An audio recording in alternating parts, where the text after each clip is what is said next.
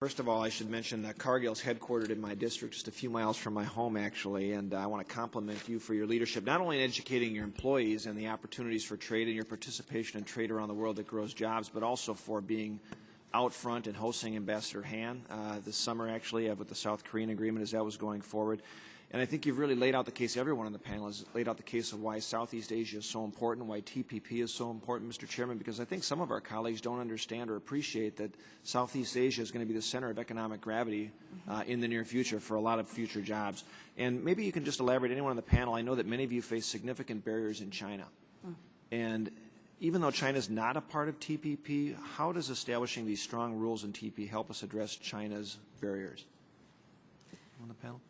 Let me just take that quickly in that the U.S. has always had a fairly consistent approach to trade and rules, that we may upgrade the rules as we move forward trade agreement to trade agreement, but there's a consistent application.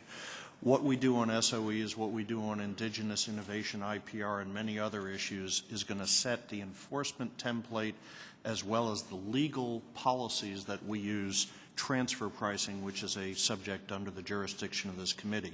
So this is vital to addressing the China challenge long term, creating the better rules than we currently have, more automaticity to enforcement, and certainty and consistency in terms of the application of our law.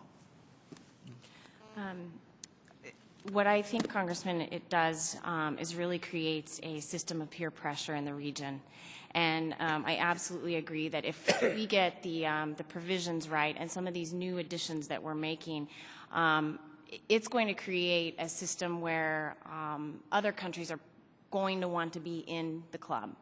And as that happens, China will ask itself the question. Everyone's already asking the question. So it's critical we get this right, because I do think that this TPP system of peer pressure will come to bear and come to benefit the U.S.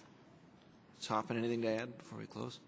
And just a final note, too, with both operations that are growing from a retail presence and a sourcing presence with China, we see this as an opportunity to simplify the rules, to have better access, and to clarify the expectations for a 21st century agreement.